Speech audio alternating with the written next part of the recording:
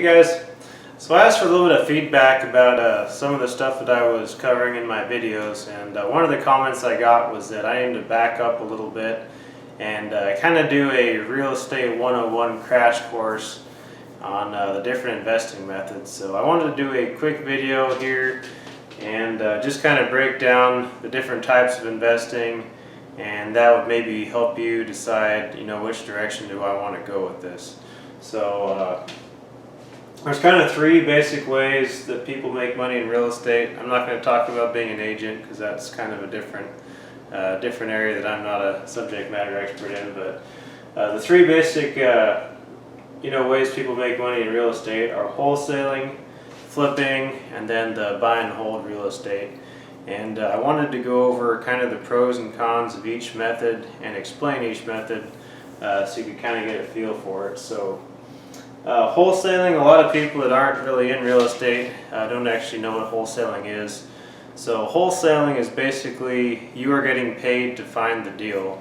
So a wholesaler is somebody that will do marketing. They've got different ways of actually finding good deals on properties, and they will basically get that property under contract, and it's an assignable contract, and then they basically will go and assign that contract to somebody else for a fee.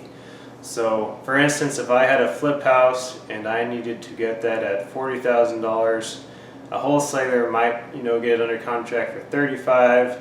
They would assign that contract to me, and as part of the closing process, when I actually purchased it, I would basically pay $40,000. $5,000 of it would go to the wholesaler, and the rest of it would go to the seller, and the wholesaler would basically make $5,000 in that transaction. So flipping, most people are pretty familiar with flipping. That's basically just buying a house at a discount, a distressed house that needs some work, fixing it up, and then selling that house for a profit. And then the last one is buy and hold real estate, and that is basically holding on to a property long term over time, renting it out, and collecting income from that property. So starting off with wholesaling, so for pros, you don't need a whole lot of money up front. Now if you're going to build and scale a large wholesaling business, you're going to need to spend a significant chunk of money on marketing. But if you're just getting started, there are other ways of finding properties. So you can do driving for dollars, basically drive around, find vacant houses, do some county record searches and things like that, and different ways of finding distressed houses. So you don't need a lot of money up front. You're going to get your money relatively quickly. So if you put a house under contract, you wholesale it or sign that contract to somebody, they close on it, you might be a month before you see money on that house, which is pretty good, pretty fast. And then the other thing is it's low risk. So you might have a small earnest money deposit on that property, but other than that, you really don't have a whole lot of money tied up that you could potentially lose if something goes bad, so low risk. The cons with wholesaling is it's very active, so it's not really a passive income source. So if you stop doing work and going and finding houses, the income stops coming in. And then the other con is that it's highly taxed, so there's really no tax advantage for doing wholesaling. So the second type, flipping. So the best thing about flipping is that you can make big chunks of money really quick. So it might take you, a matter of a few months to flip a house, and you can see big gains. 20, 30, 40, even more $1,000 on a flip. So you're making big chunks of money up front. The cons to flipping is it requires money. So at a minimum, you're going to have to put down a chunk of money as a down payment for a short-term loan.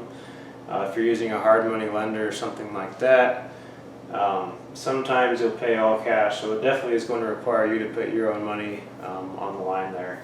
And then with that comes more risk. So a lot of people on their first flip actually lose money versus make money. So if you don't know what you're doing and you're flipping houses, it's very easy to overestimate what the house is going to sell for, miss things, underestimate the rehab, things like that. There's a lot of ways for a flip to go wrong and for you to lose money. Another con is it's just like wholesaling, it is also active versus passive. So once you flip a house, you got to go flip another house again for that money to keep coming in. And then just like wholesaling, it is highly taxed. So buy and hold investing is the third type. So the pro for buy and hold is that it's passive versus active. So you basically do the work one time, and that house or asset is going to continue to pay you over time from rental income. It's the highest return on investment on your time over time. And then the other, one of the big things here is that it's very tax advantaged.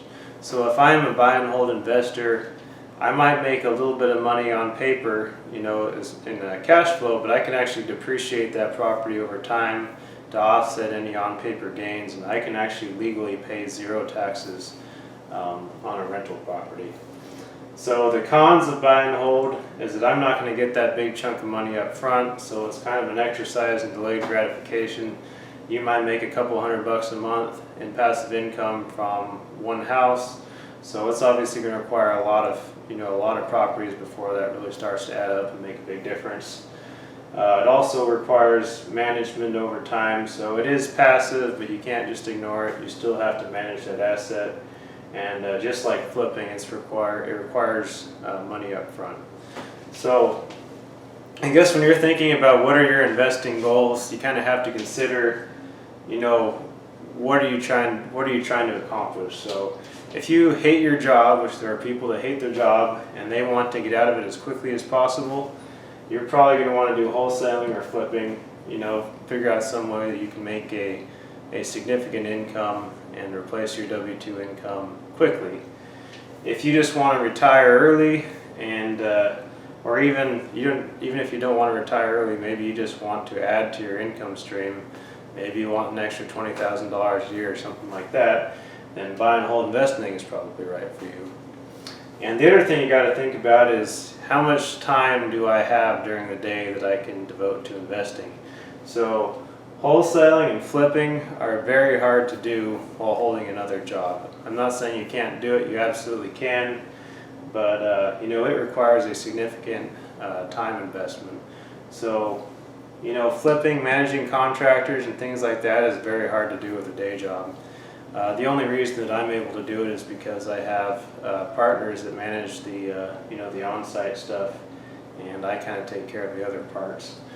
And then the other thing is you might do a mix of these methods. So for us, our primary strategy is buy and hold investing because we want that long-term passive income stream over time. But flipping for us is a way of generating extra income so that we can buy more assets and basically get that ball rolling a little bit quicker. So we do a mixture of flip and buy and hold investing. And then the other thing you got to think about is, what are you good at and what are your skills? And I will be the first to admit that I am not a very good negotiator. So if you're doing wholesaling, you're basically the one that's out there finding the deals, negotiating, getting the house, under contract for a very cheap price. You have to be good at that stuff, and I will be the first to admit I'm not, so I would not be a good wholesaler. Flipping and buy and hold, they all require kind of different skill sets. I'm a numbers guy. I like spreadsheets. I like figuring out how to maximize my investment over time and things like that. So for me, buy and hold really appeals to me, but it really just depends on what you're trying to do. So anyway, I hope that was helpful. I'm going to try to do a video a week, so if there's anything that you guys want me to answer, please leave a comment below, and I'd be happy to answer it, and appreciate you guys watching. Thanks. Bye.